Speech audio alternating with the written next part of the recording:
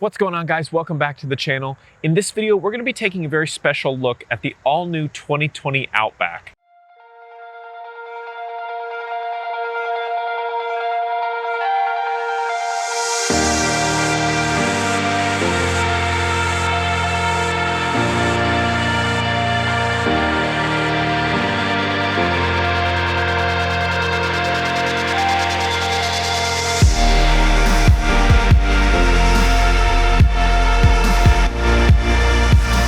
Now, I've already made a video on the Onyx trim. I'm not sure if it'll be up before this video or not, but either way, they'll be close together. But this trim we're gonna be looking at is the Limited trim. Now, there's a lot of standard features here, a lot of nice features here, but you are gonna kind of see a give and take between the Onyx and the Limited as far as features go. Once we get our hands on a Touring, top of the line, I'll bring you a complete overview. We'll look at every single feature that Subaru promised us back in, I think, maybe March or April with the 2020 Outback here. So let's go ahead and just walk through everything that we got going on here in the Limited and take a look. All right, so starting up front, you're gonna see some redesigns both externally and kind of placement-wise. So right off the bat, little bit, it seems to be a little bit of a squattier nose than your traditional Outback had. Front grille, little bit of a redesign, not a whole lot. The LED headlights there have been resculpted from last year's model, and they reworked the LED fog light placement there and formation. It used to be more of a little bit of a horizontal stack. Now it is a vertical stack there. Now under the hood, you've got a 2.5 liter direct injected Subaru Boxer engine. It'll get you about 33 miles per gallon highway, 26 miles per gallon city, 182 horsepower, 176 pound-feet of torque. And it has a Lineartronic CVT with 8-speed manual mode. So this is the one you're gonna get on all trims other than the XT trims that have that turbocharged 2.4 liter engine. So just your standard Subaru Boxer engine, nothing super new, nothing super fancy, but there it is. Similar Subaru badge that we're used to seeing. Nothing really crazy up here. And this is kind of what, if you saw my what to expect video, or my first look kind of when it was first announced, I talked about maybe the challenge that some people might have discerning a 2020 Outback from a 2019 Outback. And unless you have the Onyx trim, I think that definitely could be the case. It's styled very similarly, and there's nothing wrong with that. Subaru does that a lot. They like to stick with what they're good at and don't like to switch it up too much unnecessarily. But again, you know, it is technically like a full redesign, I guess, more or less, but it's hard to tell up front, I'll say that much. Now, as we move over to the wheels here, you'll see some nice aluminum alloy wheels with kind of a black machined finish. These are 18-inch. I'm not sure if that's standard across the board, but you do get some nice different kind of rims there depending on what trim you get, but they're all kind of unique and very sculpted. You don't have a lot of like boring traditional kind of rims unless you go with something like the base model, which is just what you'd expect at that price point. Now, moving over here to the side mirrors, these are heated side mirrors with blind spot monitoring built in, and as well integrated turn signals. Now they're kind of this body color piece with this silver accent piece. We saw a similar type thing on the Onyx edition. I'm not positive if the Touring will have all chrome or all body colored, but that is kind of what you get here, and you can see the blind spot monitor right there. Moving on over, you do have keyless access here, so just kind of place your hand in there and the door will unlock just like that. Oh, there's a lock button. Just push that right there and it'll lock back. Now up top, one of the big changes from this to the Onyx, and this has more to do with the package that the Onyx one we looked at had. It had the standard 21 package, where we actually had one that had a standard 22 package and I didn't know about it. So I'm kind of mad about that, but one of the big things is it didn't have a sunroof. The Onyx with the standard 22 package does have the sunroof, and as well the Limited here has the sunroof. It's definitely not panoramic by any means, but it is there a little bit. Standard eyesight on all trims. And then you've got those integrated kind of roof rails with the sidebars that you can swing out. Now moving on to the back, similar to what we had on the Onyx Edition is these taillights that kind of look smoky because of the black plastic piece here that kind of covers up most of the taillight. It's a nice accent, and they're nicely sculpted. They look nice. So taillights down there, or brake lights down there. You've got these sensors here all around the vehicle, just your, distance sensors, I guess you could call them. Now, I talked about in my first look video how some trims are going to have an easy open liftgate where you kind of wave your hand in front of the Subaru logo. This does not have it. I'm pretty sure, or I'm positive the Touring will have it. The Onyx didn't have it, I don't think either, but you kind of give it this. Never mind, it has it.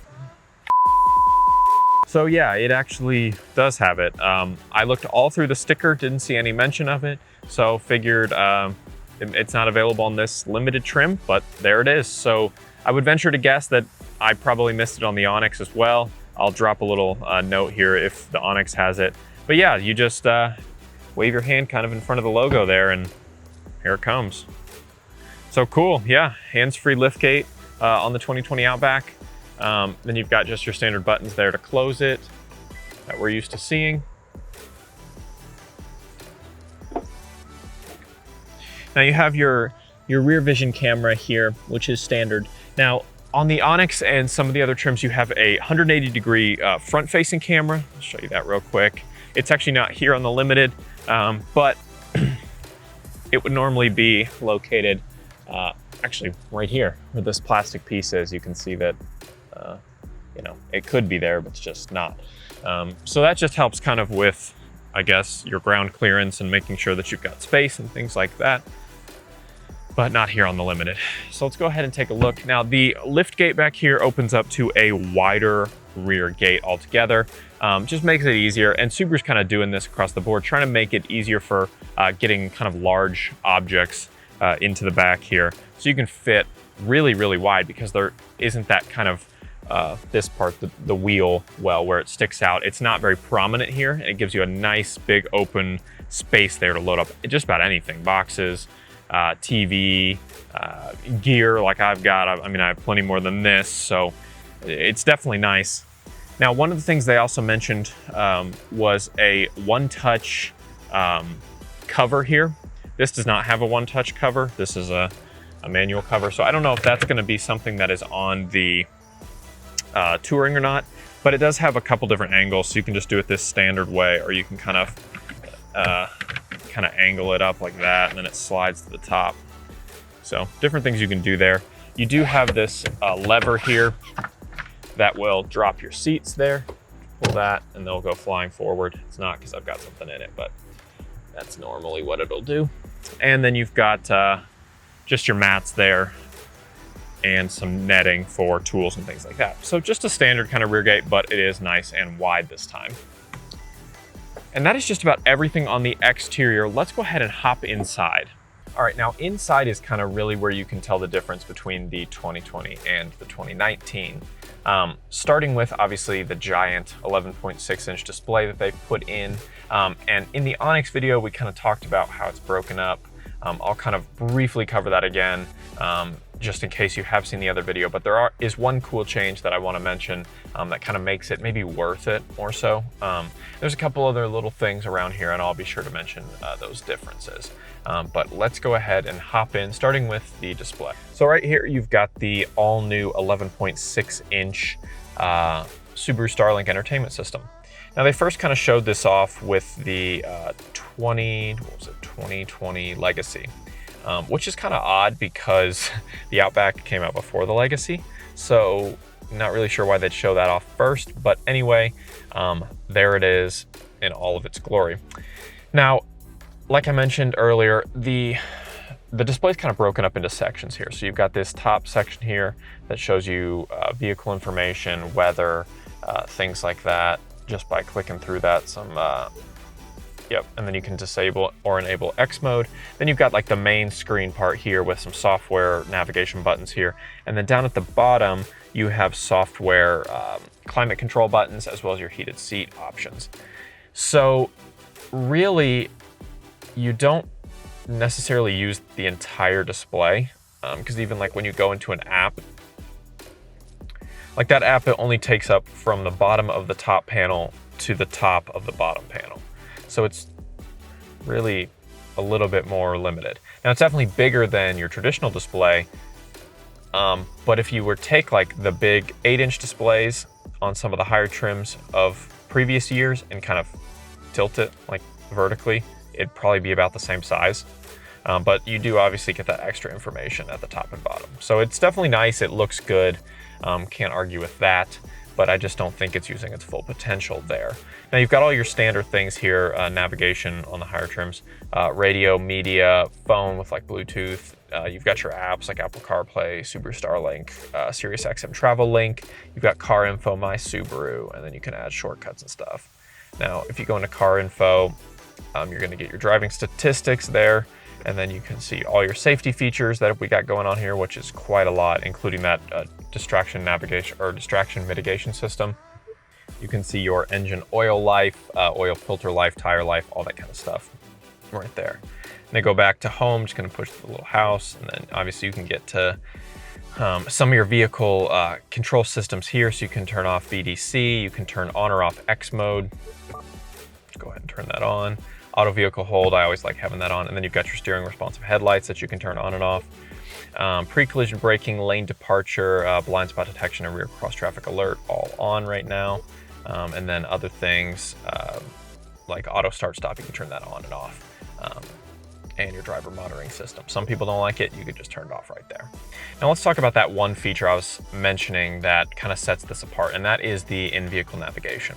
Now, if you've seen any of my previous videos, you know I am not the biggest fan of in-vehicle navigation systems. I'm actually making an entire video on comparing 5 different in-vehicle navigation systems, kind of giving them scores and seeing which one's really maybe more a better one, just based on a couple different criteria.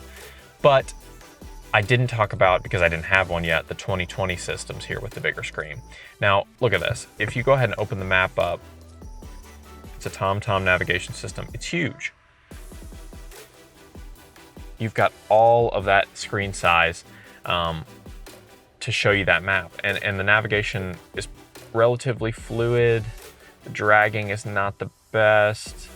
Can't rotate it, but you can zoom in and out. So really that, I think, would be a reason to get a higher trim. Now, in my opinion, I would probably still rather use Waze on Apple CarPlay, but if you plug in Apple CarPlay, it takes up about this much of the screen. So you're getting basically double screen size with the in-vehicle navigation system. So I can't knock it there. I think it may be worth it on this car or any car that has a bigger screen like this. Plus for the navigation system in that regard. Everything else is pretty standard. You've got your, again, like your software control buttons down here for AC, so you can turn that on or off. Let's turn the fan speed down. You get this nice little animation here up top that kind of shows you, let's go back to that, kind of where the air's coming out, which I always like. It's really nice to have. And then obviously you can control the fan speed too. And as well, the heated seats down here. Now, these heated seats are actually like a 3-part heated seat. So if I go ahead and turn it on, you'll see it heats like your shoulders, your lower back, and your butt all at once. So that's kind of cool to have. And then you can obviously turn the settings down. No AC seats right now. Can't remember if they're in the Touring or not, but definitely not on the Limited. So I'm gonna go ahead and turn that off because I do not want the heated seats on. Now, as far as ports go, you've got 2 USB-A ports there, as well as an aux cord. Inside the glove box, you've got a 12-volt outlet there. You've got an electronic parking brake down here. Now, you're missing the front camera that we talked about. There's typically a button right here that you'd push, and that would pull up the front camera. Now, let's go ahead and take a look at the rear camera. Nothing special there. You've got your parking distance sensor, so that'll give you little blocks telling you how close you are to an obstacle there, and that rear automatic braking as well, which is actually off right now. Let me turn that on. Not from there, apparently.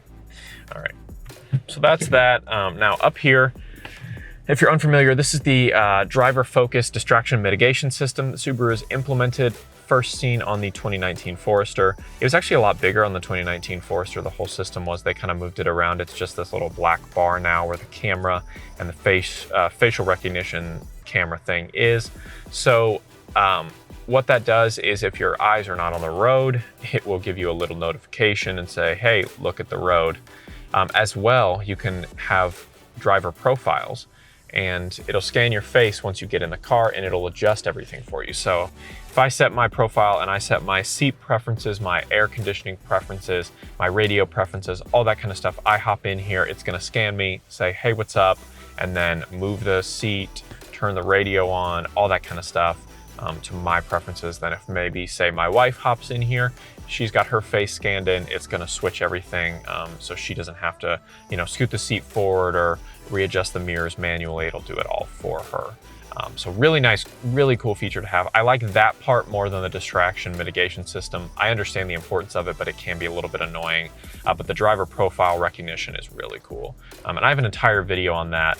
If you want to click the little card up top, take a look at that. Moving on, up here, you've got your auto dimming rear view mirror there with a compass and the home link garage door opener type thing.